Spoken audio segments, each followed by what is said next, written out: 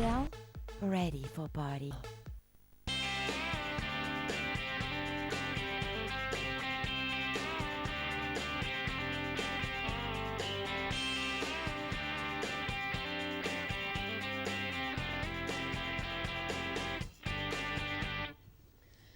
للمرة الأولى مشاهدينا ب 3 و17 حزيران رح يكون في حظ لكل الفرنسيين اللي ساكنين خارج فرنسا انه يشتركوا بالانتخابات النيابية هالمرة. تعودوا انه يشتركوا بالانتخابات الرئاسية، انما هالمرة كمان فيهم انه هن ينتخبوا النائب الى البرلمان، النائب الخاص فيهم، تحديدا بالدائرة اللي سموها الدائرة العاشرة، اللي هي رح يستفيد منها مجموعة كبيرة من البلدان. 49 بلد اليوم. بيسعدني انه استضيف داخل الاستوديو ألا مارسو، هو احد المرشحين الى هالمقعد، وايضا الكانديدات سوبليونت مدام فابيان بلينو ابي رميه، لنحكي عن الكامبانيا الخاصه فيهم وكمان عن الانتخابات الرئاسيه الفرنسيه اللي بتفصلنا عنها بس 3 اسابيع. بونجور، bienvenue. Bonjour. Votre séjour au Liban jusqu'à aujourd'hui était top, hein? Absolument, c'est excellent. On a rencontré beaucoup de monde et on va continuer encore pendant les jours qui nous restent. Donc, il y a eu une création de la 11 circonscriptions pour les Français, pour les ressortissants français qui sont expatriés, qui sont en dehors de la France. Et le nombre de Français établis à l'étranger s'élève à 1 500 000, environ, dont 150 000 Français à peu près dans la circonscription que vous... C'est cela. D'accord. On dit que la hausse enregistrée pendant les 10 dernières années a profité plutôt aux pays du Proche et du Moyen-Orient. Ça fait une différence pour vous? Elle a profité sur l'ensemble des pays parce qu'il y a une volonté de nos compatriotes de s'expatrier, mais plus particulièrement effectivement sur le Moyen-Orient parce que c'est plutôt une proximité avec l'ensemble français. Alors c'est vrai que nous regardons ça avec beaucoup d'intérêt. Qu'est-ce qui pousse nos compatriotes à venir au Moyen-Orient et à ne pas rester en France ou ne pas aller dans d'autres pays? C'est très intéressant. Et effectivement, on se rend compte que ce sont des gens qui viennent en général ici, tout simplement pour mettre en œuvre une nouvelle entreprise, de nouvelles activités, pour connaître le vaste monde.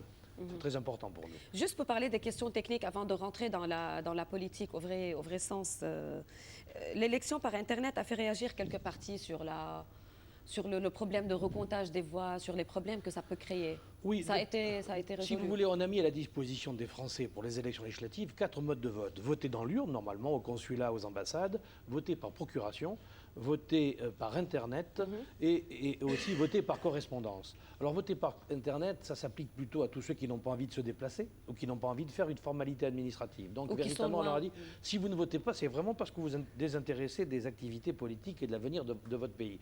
Mais c'est vrai que l'Internet ne marche pas partout. Il est évident que par exemple en Centrafrique ou dans certains pays comme cela, c'est très compliqué de voter par Internet. Et nous avons fait des essais. C'est un peu l'histoire du verre à moitié plein ou à moitié vide. Ils ont été à moitié concluants. Nous sommes en train d'améliorer le système pour qu'il n'y ait pas de problème. Ce n'est pas dans le comptage qu'il y a des problèmes, c'est tout simplement dans le codage et dans la mise en œuvre technique de ce mode de... Nous essuyons les plâtres. C'est la première fois qu'un grand pays, occidental ou autre, va mettre à la disposition de ses compatriotes cette capacité à s'exprimer, à participer à un scrutin démocratique. C'est un grand moment. Est-ce qu'ils sont nombreux à participer? Par exemple, aux élections présidentielles passées, ils étaient nombreux à participer aux élections Oui, au Liban, on a un taux de participation assez très bon, puisque environ 51% des Français inscrits au consulat ici au Liban ont voté. On se situe un petit peu dans la moyenne en France, alors que dans l'étranger, les Français inscrits dans les consulats sont assez durs à mobiliser. Donc au Liban, on a vu un bon score en 2007 avec 51% environ de vote. Fabienne Bino Abiramia, vous êtes candidate suppléante. Que fait une candidate suppléante? Eh bien, une candidate suppléante, c'est un petit soldat qui travaille pour le candidat, avec le candidat, pour le faire gagner le candidat. Et en France, c'est dans la Constitution, c'est obligatoire. Ça sert en fait, pour différentes raisons, si le député élu venait à disparaître ou est nommé ministre dans le gouvernement, le suppléant prend la place sans élection. Mais pour cette nouvelle élection qui concerne en fait un territoire très vaste, le suppléant a un rôle sur le terrain dont le candidat ne peut pas se passer, puisque une fois qu'il siégera à l'Assemblée nationale, l'avantage de l'UMP, qui est un parti fort, on n'a pas attendu cette élection pour exister, donc il va s'appuyer sur toutes ses équipes dans tout le territoire de sa circonscription pour être un relais, pour enrichir cette expérience à l'Assemblée nationale. Donc vous serez représentante du représentant. Voilà, c'est ça. Et on tiendra des permanences pour être à l'écoute permanente, c'est ce qu'on fait depuis 6 ans. avec les Français pour leur rendre des services, pour être à leur écoute, pour aussi donner des idées, pourquoi pas, aux députés. Bon, il n'en a pas besoin parce qu'il est vraiment parfait, mais c'est un relais sur tout le territoire. Monsieur Marceau, vous êtes là pour les élections législatives ou pour les élections présidentielles? Les deux. Ce soir, nous aurons un grand meeting et je leur parlerai effectivement de l'élection présidentielle parce que c'est la première qui intervient. Dans 3 semaines, nous allons voter au premier tour de l'élection présidentielle. Je suis là pour faire la campagne du candidat Nicolas Sarkozy, le président sortant, et pour expliquer à mes compatriotes qu'ils ont intérêt à ne pas se tromper, que c'est un événement historique. Et puis, je leur parlerai aussi, bien sûr, de l'élection législative dans un deuxième temps. Ça sera la seconde mi-temps et je leur parlerai de moi. J'essaierai de leur faire comprendre que je suis sans doute le meilleur candidat pour les représenter à l'Assemblée nationale après cette élection présidentielle. Moi aussi, C'est je un vais vous grand parler rendez-vous de vous. démocratique pour tous les Français. Vous êtes candidat pour représenter 148 000 Français, donc résidant dans cette circonscription. Est-ce que les Français qui sont dans ces pays ont des préoccupations spécifiques? Oui, et très différentes selon les pays. Nous avons des Français très pauvres dans certains pays qui ont besoin finalement d'une assistance du consulat, de bourses pour leurs enfants, etc. Nous avons des Français plutôt prospères dans les pays du Moyen-Orient en général, qui eux sont plus à la recherche d'un mieux en matière d'éducation ou de sécurité. Vous savez, nos compatriotes, notamment du Qatar, regardent les événements qui se passent actuellement de l'autre côté de la mer avec beaucoup d'inquiétude. Donc selon les Français, selon le pays en général, eh bien, les préoccupations sont tellement différentes. C'est la raison pour laquelle il est difficile d'adapter un discours unique à l'ensemble de ces 49 pays, mais il faut l'adapter pratiquement pour chaque pays. Je dirais même pour chaque Français. Vous avez choisi la circonscription la plus difficile. Comment, pardon ? Vous avez choisi la circonscription la plus difficile. C'est un choix. 49 pays avec plusieurs préoccupations. C'est un choix et je suis venu sur cette circonscription notamment parce que j'ai beaucoup aimé le Moyen-Orient, j'ai beaucoup travaillé sur le Moyen-Orient. Ça a été une de mes préoccupations essentielles aussi durant ma vie de magistrat. Et donc je reviens ici avec beaucoup de plaisir. Et je veux m'appliquer sur ce Moyen-Orient et puis aussi sur la partie africaine. On va parler aussi de votre expérience tout à l'heure. Je voulais juste parler de l'équipe de l'UMP. Madame Fabienne, vous faites donc partie d'une grande équipe qui travaille pour l'UMP au Liban. Oui, en Qu'est-ce que vous faites 2006, j'ai été élue déléguée UMP du Liban.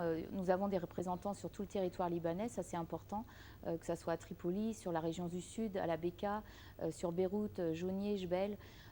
L'important, c'est de ne pas se réveiller au moment des élections, il faut travailler en permanence, puisque les Français qui sont à l'étranger ont aussi le droit de participer à la vie politique de leur pays. Nous sommes une richesse pour la France, donc on ne doit pas seulement attendre qu'on vienne nous chercher, on doit aussi exister, faire des réunions à travers des projets. Le but de l'UMP Liban depuis 6 ans, c'est de mettre à l'honneur cette richesse humaine qui est complètement diverse. Ça peut être dans le monde associatif, tous ces Français qui partent à l'étranger à travers les ONG. Ça peut être les chefs d'entreprise. L'entreprise française à l'étranger est une richesse que la France ne peut pas se passer. Toutes ces diverses, c'est culturel, c'est politique, c'est économique. Donc tous les mois, nous organisons des réunions où nous mettons à l'honneur justement cette richesse humaine. Et puis on fait beaucoup de débats politiques pour exister, mais notre parti nous ouvre beaucoup les portes puisqu'il y a des statuts, il y a une organisation où nous sommes présents partout dans le monde. Il y a une politique spécifique à l'UMP pour les Français de l'étranger qui n'existe pas chez les autres partis. Nous avons eu la chance effectivement d'avoir un président de la République qui s'est engagé à défendre les intérêts des Français de l'étranger, à les reconnaître et à les faire voter, notamment à travers l'élection des députés. Il a aussi nommé un secrétaire d'État, un ministre des Français de l'étranger. C'est la première fois dans l'histoire de la République française qu'un intérêt a été porté de cette manière à tous nos compatriotes. On s'est rendu compte qu'ils sont 2 millions, qu'ils comptent et que jusqu'ici, personne ne s'intéressait véritablement ou peut-être insuffisamment à leur situation, à leur cas, à leur détresse aussi. Et c'est la nouveauté. C'est effectivement le président de la République et bien sûr à travers lui l'UMP, l'Union pour un mouvement populaire, notre parti, qui a pris en charge tous ces problèmes, cette problématique. Et donc nous sommes lancés. Il faut savoir que les autres partis ont voté contre la représentation des Français de l'étranger par des députés et n'ont pas apprécié qu'il y ait un ministre des Français de l'étranger. Dans les autres partis, je crois qu'on n'aime pas trop les Français de l'étranger parce qu'on les prend bien sûr à tort pour des privilégiés qui ont fui la France pour s'enrichir, pour ne pas payer l'impôt, etc. Peut-être qu'ils payent l'impôt là où ils sont. Oui. Bien sûr qu'ils payent l'impôt là où ils sont. Souvent, ils payent l'impôt là où ils sont. C'est évident, c'est évident. Est-ce qu'il y aura un problème entre l'ambassade française en tant que telle ou le corps diplomatique français et le député des ressortissants français? Non, je crois que chacun doit bien respecter les compétences de l'autre et qu'on ne doit pas avoir un chevauchement de ce type de compétences. À l'ambassadeur de faire la diplomatie, de représenter la France auprès des autorités et au député de représenter, lui, les Français vivant à l'étranger auprès des autorités françaises et éventuellement aussi donc s'il y a un problème spécifique, vous allez intervenir auprès des autorités locales pour résoudre ce Je problème? je le souhaite et c'est une véritable question. Il va falloir bien délimiter le périmètre d'intervention du député qui ne doit pas finalement empiéter sur les compétences d'autrui. Mais je pense qu'effectivement, dans certaines périodes compliquées, pour des situations inextricables où la diplomatie n'a peut-être pas réussi, il appartiendra peut-être à ce député d'intervenir auprès de tel ou tel chef d'État pour régler un problème. Et je crois qu'effectivement, ça sera difficile à mettre au point, mais je crois qu'on y arrivera. C'est le premier essai, en fin de compte. C'est un premier essai, Vous puisque venez de jusqu'ici, commencer. ça n'existe pas. On ne sait pas comment, on ne connaît pas ce métier, car il n'existe pas encore. Il existera à partir du 10 juin. Monsieur Marceau, de par votre expérience, que ce soit en magistrature ou comme chef de service central de la lutte antiterroriste ou comme responsable d'entreprise ou comme député, bien sûr, quel plus vous promettez aux électeurs? J'allais dire, vous venez de le dire, peut-être l'expérience qui a été la mienne, puisque dans ma vie, j'ai fait beaucoup de choses. J'ai été magistrat, j'ai dirigé la lutte antiterroriste en France, j'ai été député à 2 reprises, et croyez-moi, c'est un apprentissage extraordinaire, et je souhaite bien du plaisir à ceux qui veulent débuter dans ce métier. Il faut déjà trouver la porte qui s'ouvre, et pour aller dans le bon bureau. Et puis, je suis cadre dirigeant d'une entreprise, donc j'ai cette expérience extrêmement diverse, qui me permet finalement d'appréhender la vie de mes compatriotes sur tous ces aspects.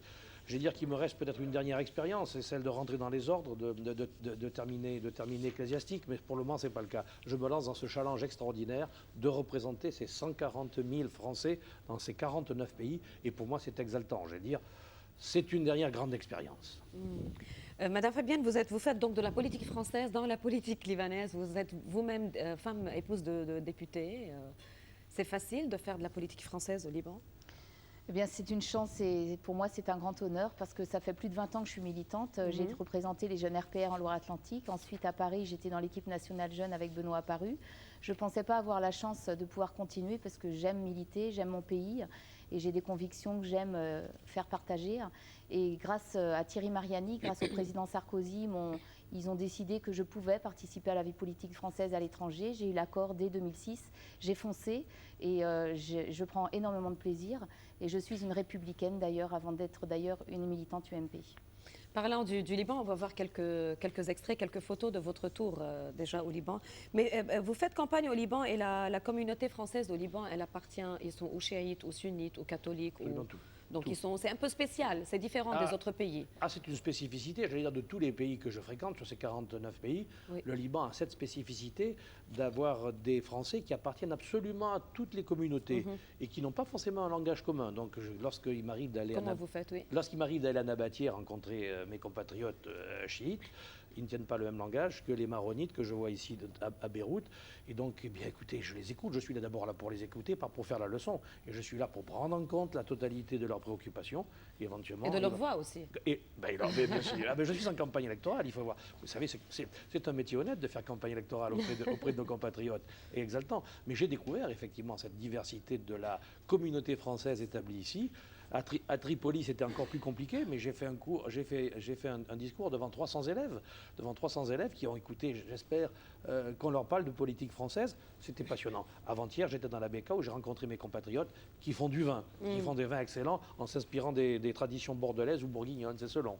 Vous voyez, c'est formidable. Pourquoi avoir choisi une candidate suppléante libanaise? Vous représentez 49 pays quand même. Eh bien d'abord, comme dit le poète, parce que c'était elle et parce que c'était moi, et parce que tout simplement, elle vivait à Beyrouth et qu'elle est à même de se faire entendre et de connaître la plus grande communauté de cette circonscription, parce que c'est effectivement au Liban qu'il y a le plus de Français.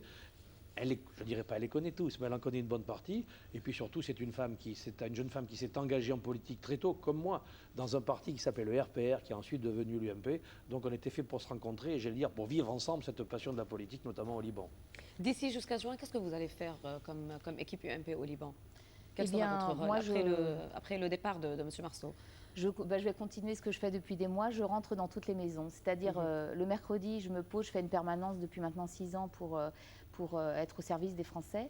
Et le reste de la semaine, je vais partout dans les maisons pour 1, 2, 3, pour des micro-réunions, pour des multiples réunions, pour parler du président Sarkozy et du candidat, du député Marceau, pour d'abord expliquer cette élection.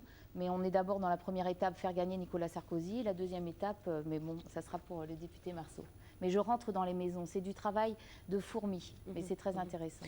Monsieur Marceau, dans votre campagne, vous vous engagez à exécuter plusieurs mesures, que ce soit dans le domaine culturel, le domaine fiscal, de sécurité, etc. Vous pouvez nous les détailler un Oui, peu? quelles sont les préoccupations ici? Globalement, améliorer le fonctionnement des services administratifs pour faire en sorte que le Français qui vit ici et qui est dans le sud Liban ou dans le nord Liban ait la capacité d'obtenir une décision assez rapide en matière auprès de son consulat. Nous avons un consul absolument extraordinaire, un consul général absolument extraordinaire, mais il y a les lourdeurs administratives du système consulaire, du système diplomatique qui fait qu'il faut améliorer tout ça, notamment, on imagine,